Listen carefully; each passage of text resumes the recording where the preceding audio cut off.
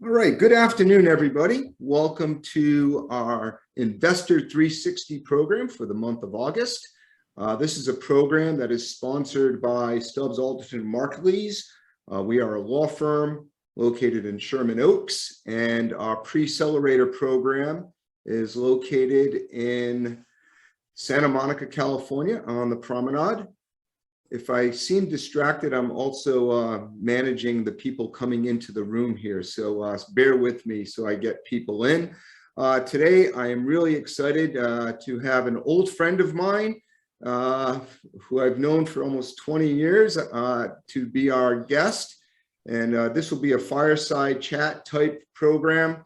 And I'm going to be happy to introduce Bruce in a second, but before we get started, we have several partners that we work with to produce this program, and in no particular order, but Anna Evans from TriNet is here. Anna, would you like to say a couple words? Sure, thanks so much, Lynn. Hi everyone, I'm Anna from TriNet. Good to see you guys, and thank you for coming to the event. What TriNet does is we partner with early stage startups to help them with all things HR. So that includes, benefits, payroll, compliance, kind of all the pieces of the puzzle when it comes to employing people.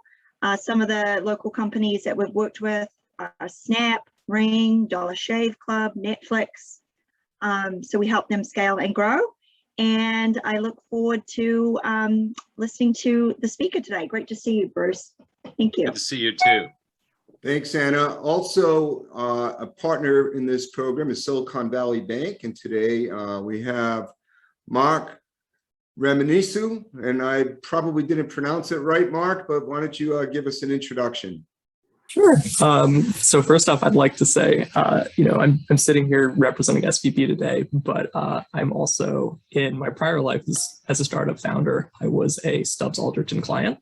And Kevin was actually the counsel for my startup. So I come here, saying that I have a lot of respect for the team here. And, from an SVB point of view, we very much view ourselves as the bank for startups. We like to bank companies from inception to exit. And really our core differentiator is our deep, deep empathy for the founder journey. So, you have lots of people on the team like myself that have been operators, have been founders, and we bring that experience to service and grow your companies. And we're huge fans of the work that is done here at Stubbs, and we've been supporters of the program for years. Mark, thank you very much. I appreciate the commercial for Stubbs Alderton Markleys. Let's see, I don't see Peter Mansfield here from the CMO Forum. And I do not see anybody here from Early Growth Financial Services. Both of those organizations are co-sponsors of this too. So without further ado, I think we will get started. And if you'd all put yourselves on mute, that will help make this easier for everybody. And we will have questions at the end. And if you want to put your questions in the chat box, that's probably the easiest way for us to manage that.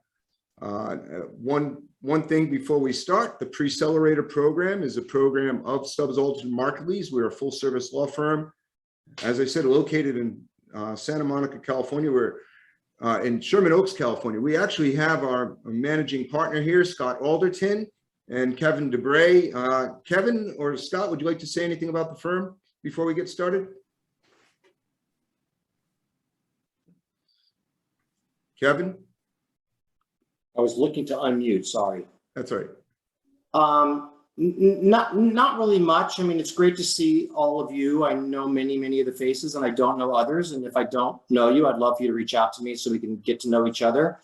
And I see some names where there are no faces that I know well too. So it's good to see you all. And thank you for coming to the program. I've known Bruce for more years than either one of us wants to confess to, but I remember us distinctly having discussions around him being interested in B2B software when that was a new thing.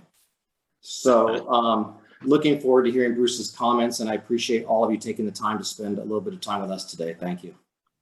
All right. Thank you, Scott. All right, let's get started. All right, Bruce. So good afternoon from Orange County, California. I'm presuming that's where you are right now. I am, yeah, in Corona del Mar, where some days I can see the ocean from here, but it's we got too much marine layer today, so no distractions. No distractions. So Bruce, you've been in this the venture capital community industry for a long time. And I guess let's start by you just talking a little bit about yourself and how you got involved and what captivated you about being in this industry.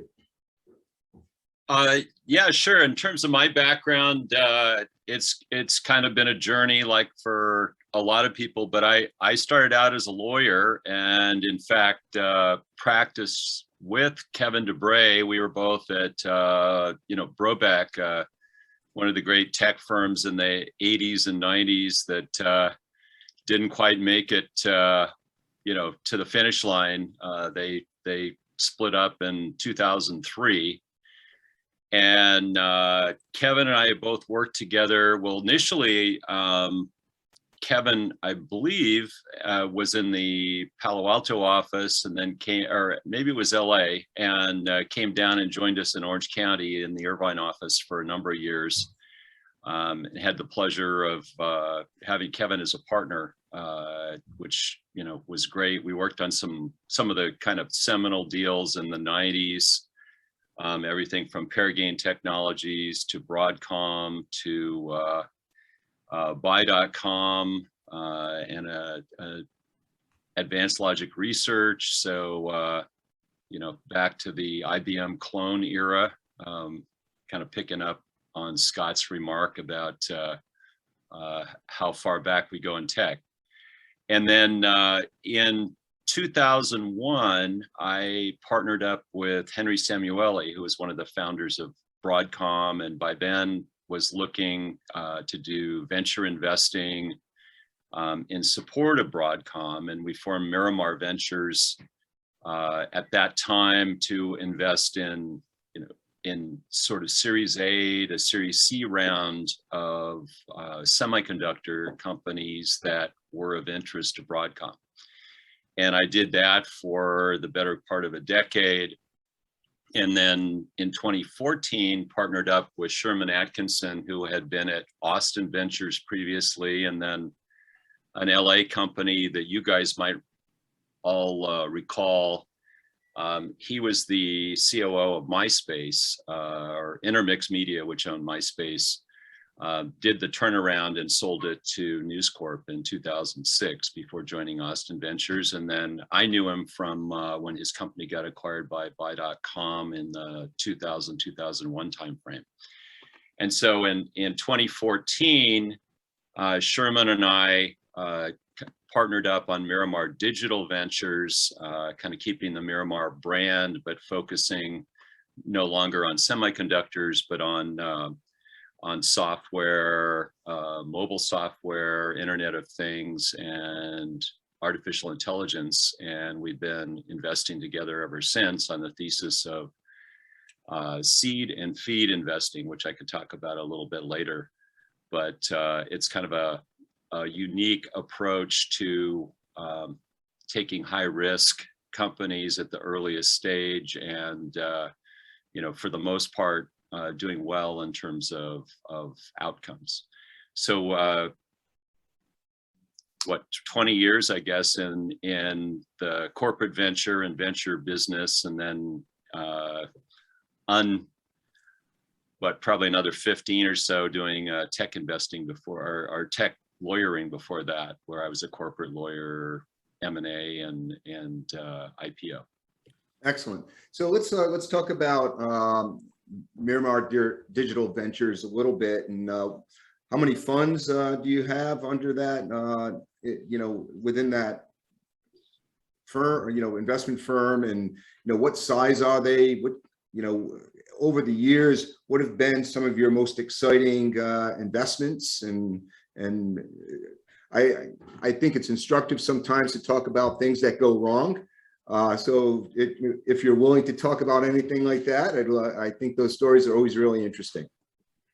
Well, lot of questions in one question there, Len. I know. You'll have to prompt me. I'll prompt you. If and when I forget what all of them were.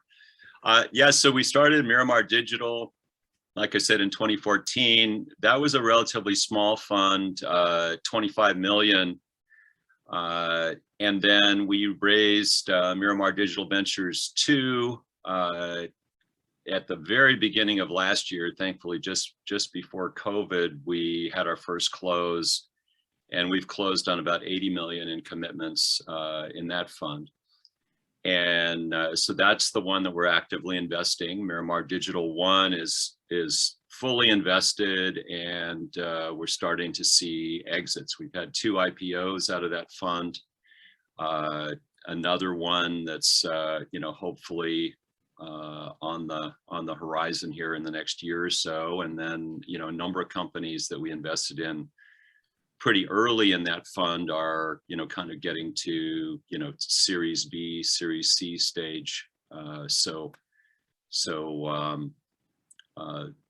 of them are getting more mature, but we tend to start with companies really early. Let's see, you had asked me about things that didn't go well, so I'll talk about that and then talk a little bit more about ones that did. I think one of the eye openers for me, kind of going from lawyering to venture, was the discovery process of what I didn't know. There's the adage, you don't know what you don't know, and I found that's really true. I mean, there were a lot of parts of it that I did, but I had a pretty steep learning curve for a number of years, especially sort of learning the semiconductor business from the inside out, and working with entrepreneurs, academics, and et cetera, and starting companies that were doing hard technology, and trying to penetrate a pretty mature competitive marketplace. So I would say that as a result of that, because we definitely had some wins and losses there. I mean, we sold companies during the kind of Broadcom related Miramar days to ironically everybody but Broadcom. They had some changes in management after we started the investing program. And so companies that we had worked closely with Broadcom to tee up and for them to to later buy, or hopefully buy in a competitive process, they weren't even a bidder. But we managed to sell those companies to others like Cisco, Western Digital, LSI, Akamai. But it was harder than it should be. And by then there weren't that many acquirers for young semiconductor companies either. So that was a little bit of a concentration issue where had we not been so deeply concentrated on companies that were interesting to Broadcom and they felt weren't competitive to what the projects were at the time we invested, and B, companies that were just purely fabless semiconductor companies, I think we would have had a broader portfolio. And the other thing I learned kind of in that process was that some of the best ones, the best outcomes, were ones where we invested really early rather than sort of just chipped in on bigger rounds that were led by famous VCs from the Valley. And we really got a chance to see on those early investments how the team performed, how they grew, how they thought about the obstacles that they hit when they were growing the companies. And that kind of was the genesis for our seed and feed approach to investing when my partner Sherman Atkinson and I put together Miramar Digital Ventures in 2014. Great. And then I guess the other question that you asked that I didn't answer was, which are sort of the signature deals. One of them that Kevin will remember was one we did at Brobeck when we were lawyers there. But we had the ability to invest the firm's funds, and then if there was anything left to do some stuff personally. And we worked with, two brothers who were in the early days of search, building a very robust search engine, and then found out that there was another company in the Valley that was doing the same thing, and that was Google.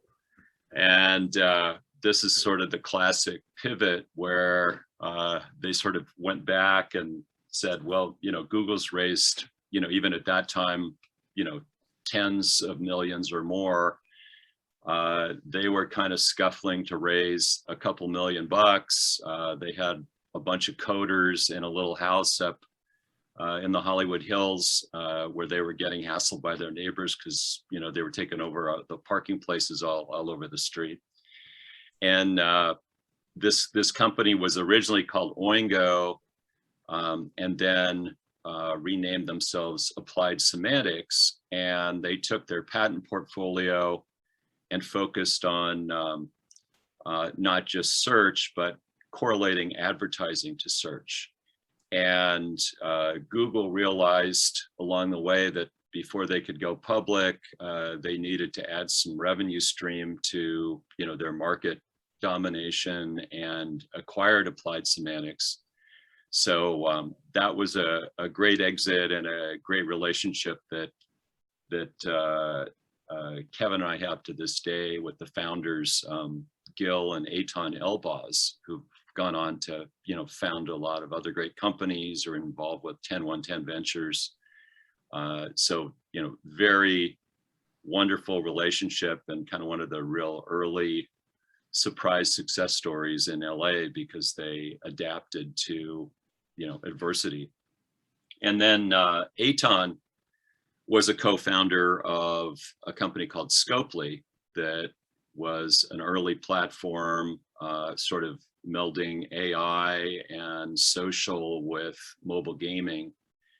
And as probably a lot of that's become one of the bright lights of LA. And Miramar Digital Ventures was one of the early investors in that company, and we've continued to ladder up where we could, and look forward to some kind of an exit that's should be pretty pretty meaningful.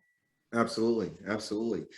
So as you've pursued your career over the past 20 years, and here we are in 2020, March of 2020, and COVID happens. How did that affect what you were doing, from a business perspective? Well, it's interesting. It was sort of a tale of two extremes, Len, from the standpoint of fundraising, because we'd had our first close, just weeks before the first reports of COVID trickled in. Then, as you know, the stock market plummeted, not for a long time, but certainly dramatically, and all investments just froze. I mean, we didn't raise another dollar in that fund for probably 6 or 7 months, even though the public markets bounced back, just because, as everybody remembers, every week was, some new piece of news or bad news. And there's just a lot of uncertainty in the marketplace. And then by, kind of September, October, November, there was uncertainty around election and election outcomes. So everybody was just paralyzed as far as making allocations and investment decisions. So that was the negative. The positive was that, and in some cases, much to our surprise, most of our companies didn't just survive COVID, they ended up doing better. Now, some obviously, like Scopely, doubled their revenues last year because people had more time to play Star Trek and zombie games and Yahtzee and so forth. But there were other ones that were kind of more advertising technologies that got hit pretty hard, but then also adapted. And in one case, a company called Social Native that's there in LA did a major acquisition at a price that was just a coup. And, you know, that's really fed their growth ever since. So other than just a couple of companies that were scuffling already, I mean, we didn't lose anybody that, you know, as a result of COVID. And in some cases, they did massively better than, you know, we or they anticipated, because it just moved everybody more quickly to, you know, meetings like this, and in some cases, you know, spare time to pursue new interests. Great. Yes. If you look at the data for the venture capital industry as a whole in 2020, it saw some of its highest highs, and both in the amount of money invested and exiting. So I guess COVID did have a double-edged sword as it pertained to our business. Yeah. When we look geographically, and you know, most of the companies you've spoken about have been Southern California companies, LA based or Orange County based. Is that a focus of your investments? Do you like investing locally? Do you invest outside the area? What attracts you to a geography? Well, we're huge fans of this geography because, you know, I think as people are starting to recognize, it's been underserved by, particularly by local venture capital for decades. And not that that's changing massively, but it's at least changing gradually. And as a result, I think more entrepreneurs are confident enough to start companies and build companies here. And I've always thought that you need to have kind of a critical mass of success stories for things to really start to, you know, light up. And it feels like we're you know, getting close to that. Maybe a couple more, you know, multi-billion-dollar IPOs in particular, because if companies get acquired, it's usually by somebody who's outside of the geography, and it's a win for the investors and for the founders, but not necessarily for the region. Now, an example of that is a company that's here in Orange County that got acquired a couple years ago by BlackBerry, Cylance. Cylance was one of the real leaders in cybersecurity, info security.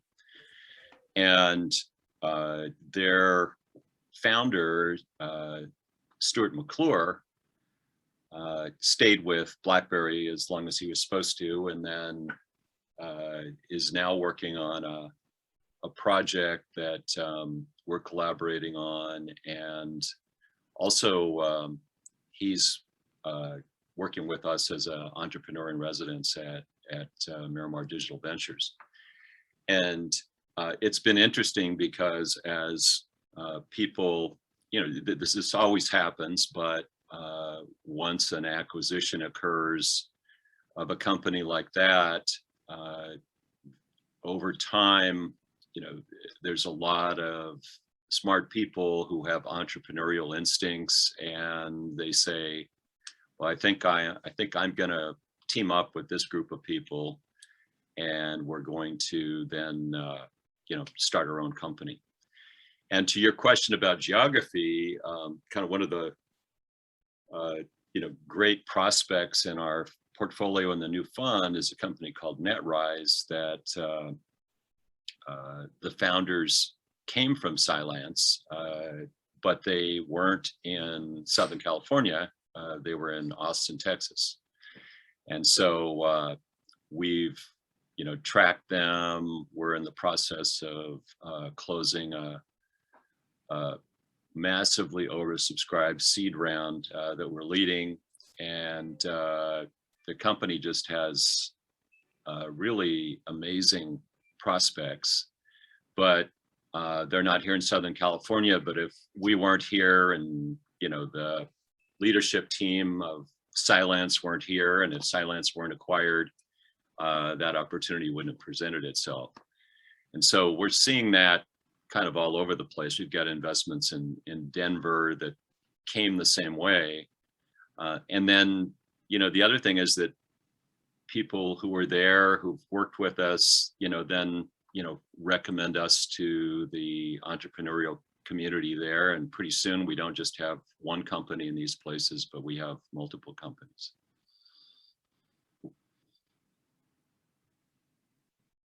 I think one of the advantages of being in a location for a long time and growing companies and watching them exit and following management teams and re-engaging those folks gives you an opportunity to make easier investments as they go into different new projects.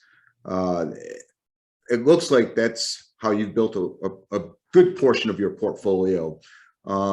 As you look at new companies with new founders that you don't know, what are some of the traits or things that you look for? And let's talk about the founders first, not necessarily the companies that over the years you've come to know as being successful traits or ways to de-risk investing in that management team. That's a great question, because it's sort of low-hanging fruit for venture capitalists to say, hey, this person's had one company that was a double, and their next one was a triple, and their latest one was an out of the park home run, and let's go back and do it again. But that's easy, and those companies also tend to be expensive from the get-go because of their DNA. The ones that are, I'd say, next stage of interesting and relatively easy, or where it's kind of C-level people, or other kind of younger leadership in companies that have been successful. They're referenceable. They've been around success, seen how it's done, and they're continuing to work in the same sector. It gets more difficult if you have people who are jumping sector, even if they've been involved with successful companies. It gets more difficult if the team is too heavily weighted toward kind of technologists and more kind of academic type folks, versus people who are customer facing and kind of product responsible. And those tend to be the ones that are really tough to do. And you have to do a lot more work and referenceability, and maybe even kind of helping fill out the team with people who can define the product and sell it, because that hasn't necessarily been part of their own experience. Great. And we, as a accelerator program, a pre-accelerator program, really have to look at folks that come into us as the primary data point of investing. It's really hard to evaluate a product when it's so early stage and before it's MVP, before revenue. So once you've made an investment into a company, what are some of the KPIs? What are the things you look for to show progress, that you feel comfortable that they're doing the things that they need to do? Is there something kind of standard that you look at, or is it company by company and looking at what types of milestones they have to make? Well, I think the key part of that question, Len, is that word milestones. And it is, far from one size fits all. But when we go in, and this is probably kind of a good time for me to talk a little bit about our seed and feed strategy, because unlike a lot of venture funds who sort of say, hey, we don't invest in companies until, there's a product or until there's, this much revenue.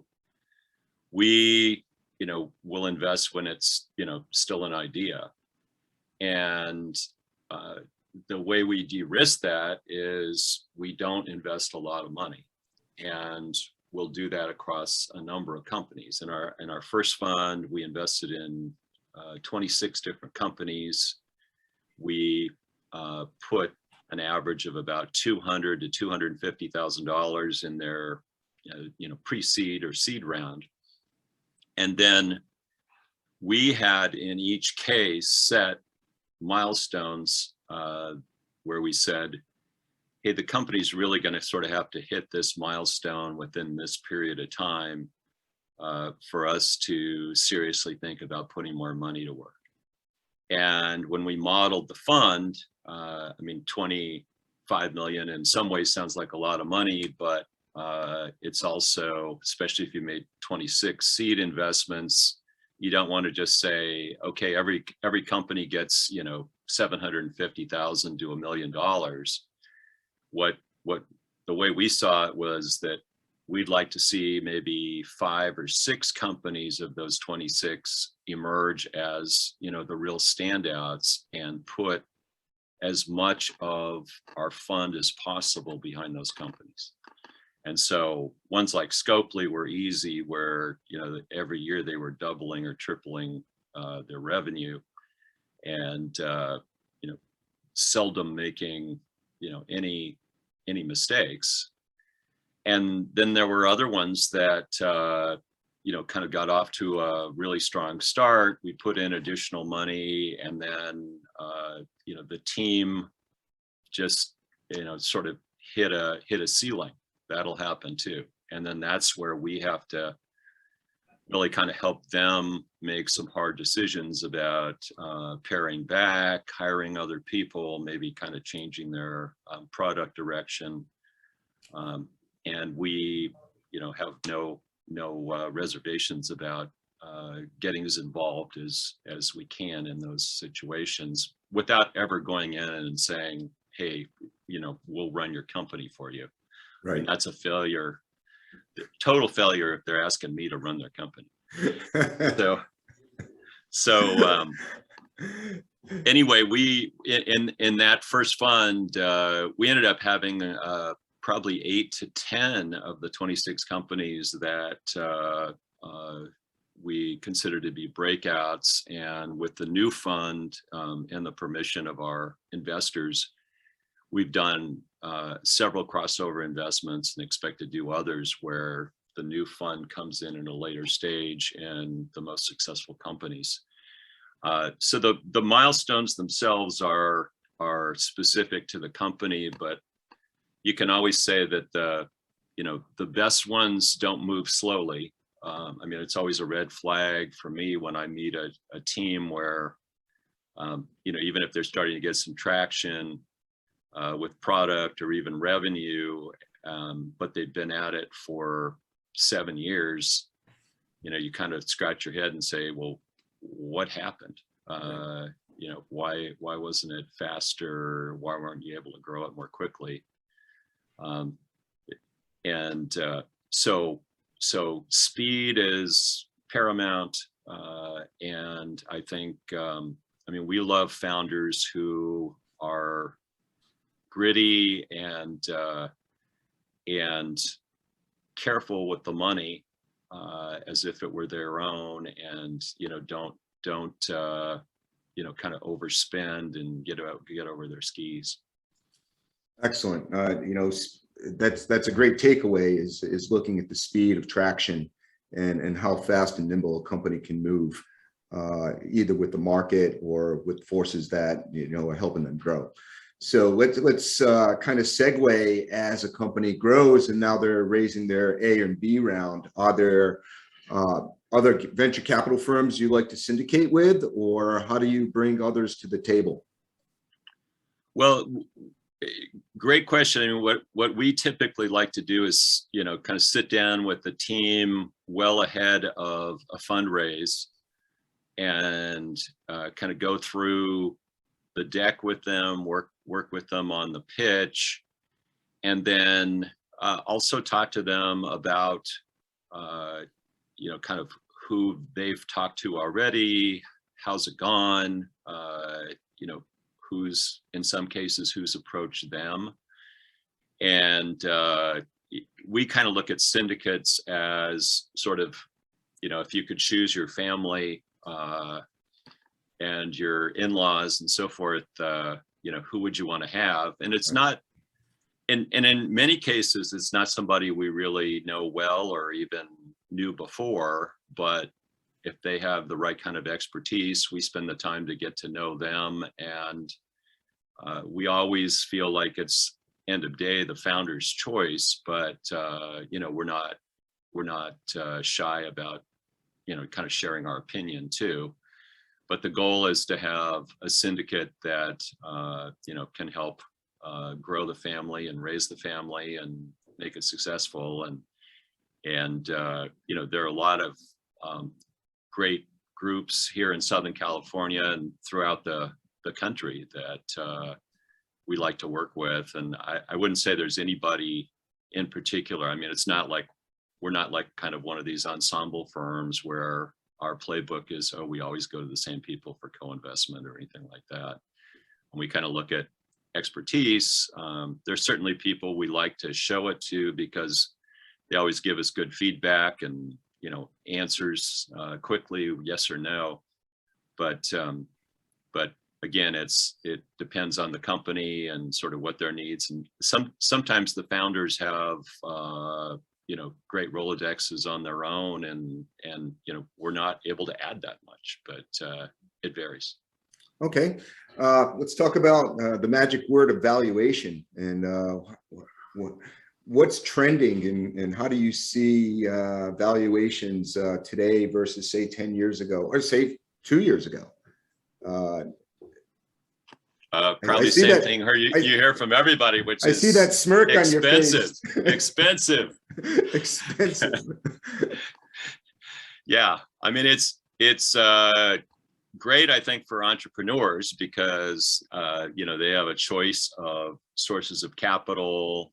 They're not going to, investors aren't going to get away with, trying to, starve them or cramp them down or anything like that. It's just a matter, I think, of sort of being prudent and, we like, I mean, particularly as seed investors, they're the rounds we invest in tend to be, sub $10 million valuation anyway when we first enter. And then if the company's growing well and showing promise, then it's not unusual at all to, see the next round come pretty quickly in the, high teens or 20s or, sometimes even higher. Great. And if I were in Silicon Valley, I guess I'd say I'm shopping for Series A rounds that are less than $100 million valuation. And so let's talk about Southern California for a second. What are some of the differentiators that makes this a very good place to grow a company from your perspective? And I know a little bit about what you've done and doing stuff with UC, for instance. What kind of role do you see our research institutions as far as helping spin out research and commercialization opportunities into the venture capital realm? Well, I think the university, we've got what, I guess, 4 or 5 UCs in Southern California. I mean, first of all, what a tremendous source of talent, STEM talent in particular, for companies in Northern California and the Northwest. They've known that for a long time and, drop a lot of offers on graduates from UCLA, UC Irvine, UC San Diego, Santa Barbara, USC. And so that's a challenge, just, kind of convincing, these very talented young people to stay here. And then I think the, the other aspect is, commitment to commercializing the research. It's been more of a challenge than I think anybody anticipated. I mean, for a long time you had, particularly in the UC system, I mean, the privates, I think, and I left out Caltech, obviously, which is, possibly the best of the bunch.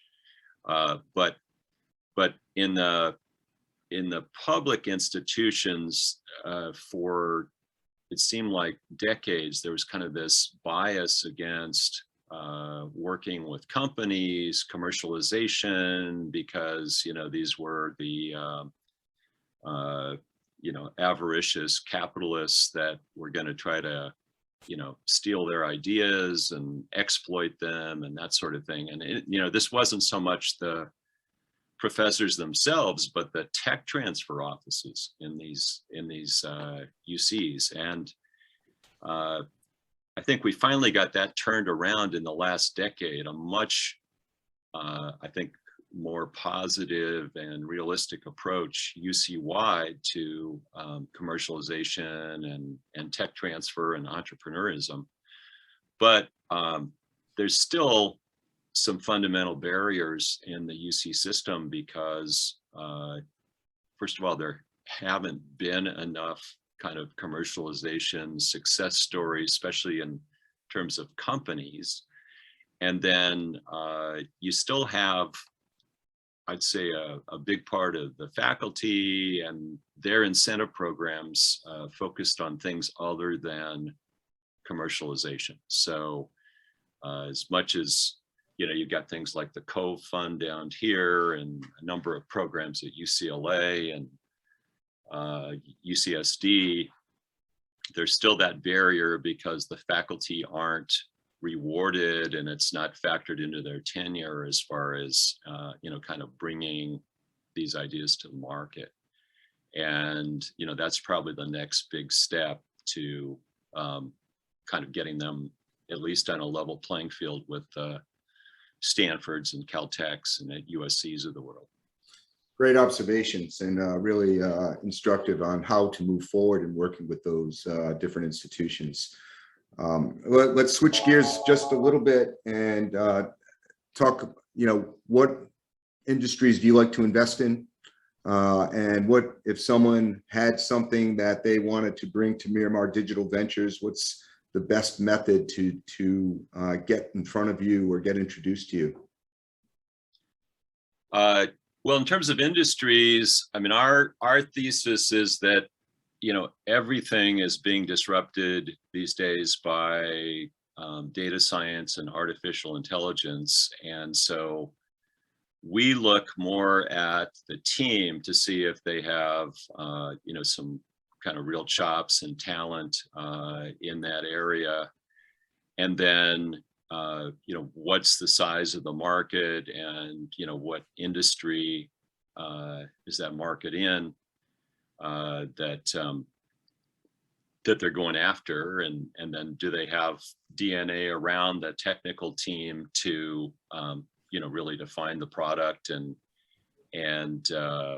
have a shot at, doing something meaningful and, faster and cheaper and better.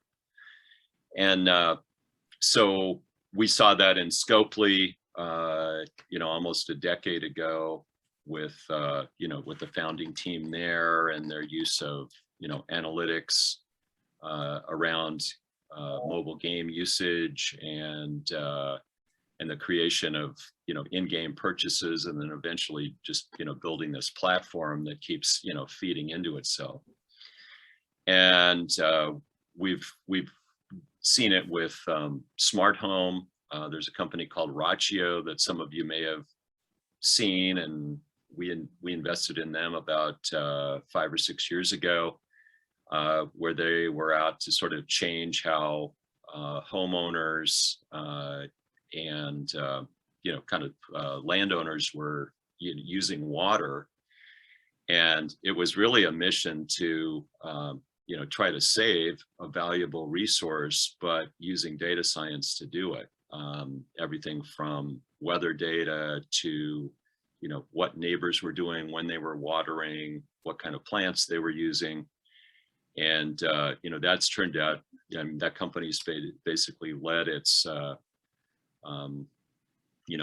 market since, it was first launched. And now they're looking at sort of branching out into other ways of saving water through, good data. It's a brilliant And- company. I Yeah, have yeah. a Raccio system at my house. I love it.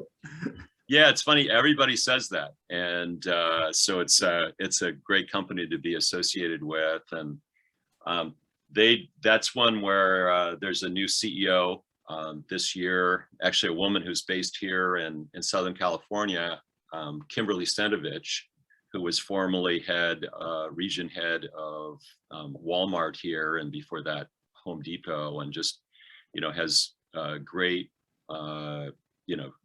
basically a great brain for retail, marketing, and CRM and in that space. So we kind of expect it to, take off and expand its reach with her leadership.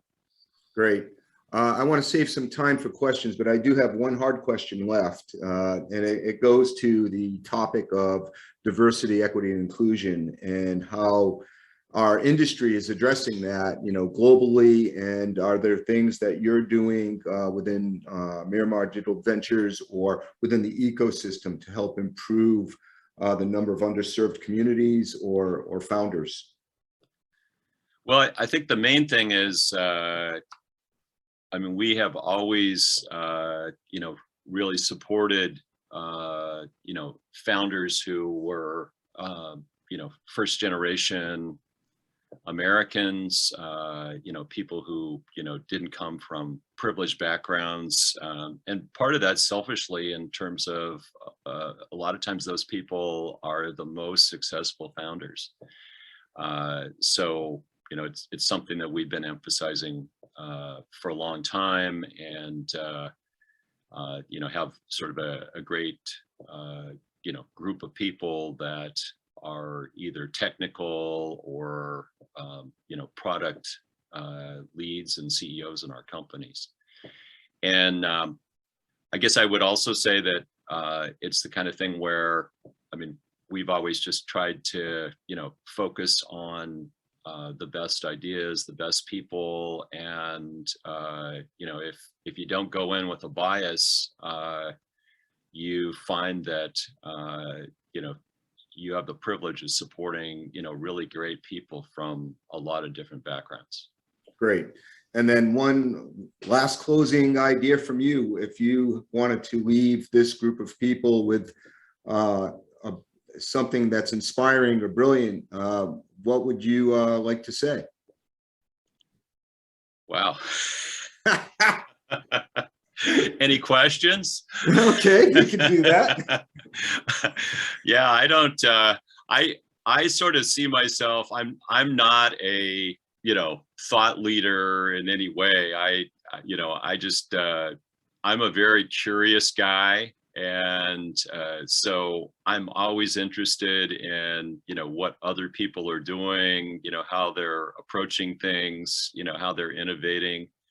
And so all I can tell you is, that's worked for me is keep an open mind and stay curious, and as much as possible, it keeps me young. It's great way to end. So do we have any questions? You can either put it in chat or raise your hand or speak up. This is your chance to ask Bruce a question. I asked all the questions, apparently. You did a pretty good job. You kind of ambushed me there a couple times, Len. I try, I can't just throw softballs all the time. Yeah. Maybe Kevin was sliding you notes or something. Let's see. I have a question. Yeah, go for it. It's funny, I can't get your screen up. What I'd like to ask, have you ever worked from any B Corps and been able to bring in investments or non? Or does Sorry, it matter? was that Karen asking? That Yes. was me. Okay, hi. Yeah, you're backlit pretty dark, but I don't know what's going on if it's my computer or Zoom, but what happened, maybe you can give me some advice. Yesterday, I had the same thing on a Zoom call. On an individual Zoom call, it comes up, but on group calls, everything goes black lately. yeah, I don't know. I don't know. But yeah, we don't have any, in fact, we in almost all cases invest in C corps just because, you know, that's part of our you know, requirement for our funds.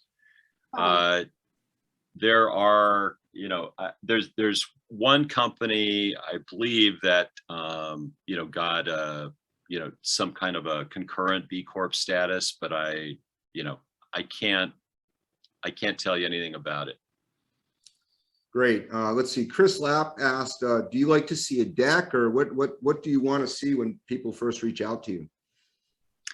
Oh, great question. And that kind of goes back to, I think, a question you were answering too, Len, is, you know, how do we get introduced to companies? And I mean, we just because we get, you know, just barraged with, you know, email introductions and investment bankers who are saying, can you take a look at this and that sort of thing. So certainly something that somebody we know is more familiar with. And so if, you know, you have people who are kind of, you know, active in the ecosystem that are board members or advisors to your company, a lot of times it's just a matter if it comes in from somebody that I know or Sherman knows or Stuart knows, it's a little bit, you know, kind of easier to get context on what's going on.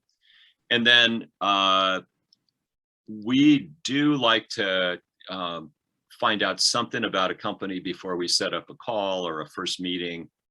And so a short deck is good. A good description or just, you know, kind of a company profile is fine too. But we don't typically, you know, just say, if somebody reaches out and says, you know, we'll share the deck on our call and we can't tell you anything about us until that happens, you know, we don't typically engage. So we want to know enough about the company, mostly just because we got to be sure it's something where we have value to add and it's kind of, you know, in our target zone. All right. Let's see. Thank you. Tom Campbell asks, you mentioned having greater success with early investments. What would take you over the risk hurdle? And Tom, I gather in asking that, it's sort of in an early investment, what gets us across the line? Is that you know, really what you're getting at? If so, then I'd say it's a matter of, most importantly, getting comfortable with the team, that the team sort of is the right fit for the market that you're attacking, that you have, you know, kind of real data science and AI capabilities to do that versus, you know, you got some software and somebody knows how to run it. But at that stage, I'd say, you know, the team is probably responsible for building, you know, 50 to 60% of our conviction, and then we sort of have to fill behind it. But if the team's really good and have the right background, then that's usually what gets us across the line. Right. Someone could mute yourself. You're making a little noise in the background. And I'll take this as the last question. This comes from Seth Marlatt, and it really goes to the essence of smart money. What's the value add that a venture capital firm adds to a company other than just the straight investment of money? And how do you answer that for your firm? Well, I think it's a couple different things. You know, in the case of Stuart, it's, you know, technical acumen in AI and you know, info security.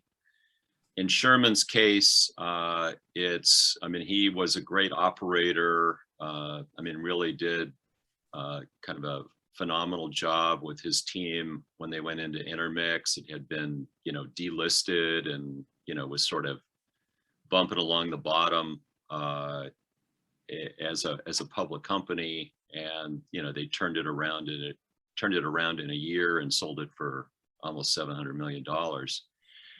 And so he's very good at sort of getting in there with the, operations team and, kind of parsing the details, helping them sort of develop priorities. And then I'd say my value is more kind of strategic transactions, kind of helping companies when they come around to the next round of financing, sort of identifying the right deal, the right terms, the right partners, and the right size of deal, and helping identify a trajectory for exit. Super. I got a technical question here from one of our attorneys on the call, a name that Kevin. But Kevin's asking, he gets this question all the time. How important is your company's IP to an investment decision? It's, I mean, for us, it's a box to check.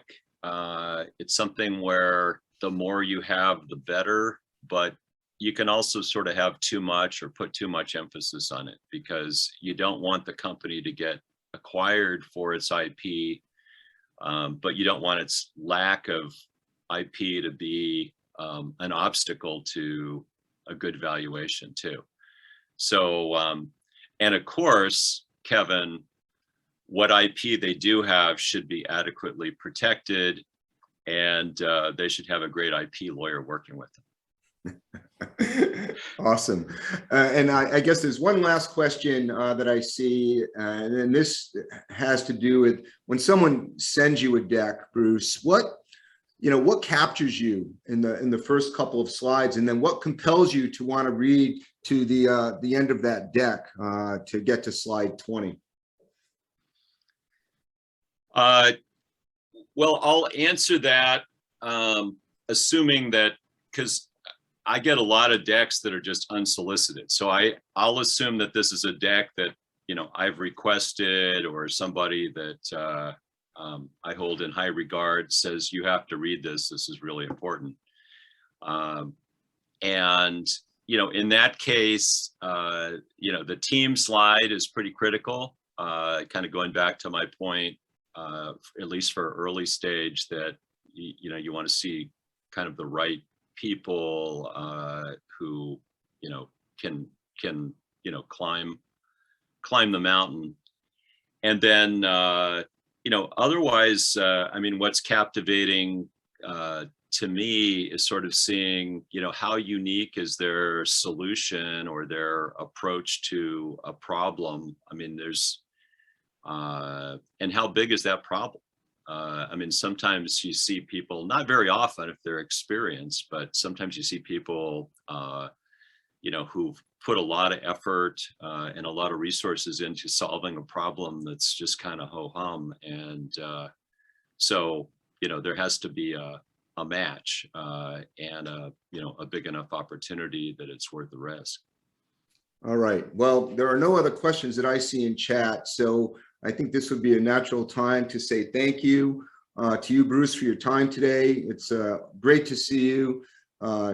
Great answers and a great insight to what you are doing with Miramar Digital Ventures and what you've done over the course of your career, and the input you have into the ecosystem at large. So thank you very much for participating today. Thank you all for your questions, and thank you for being here.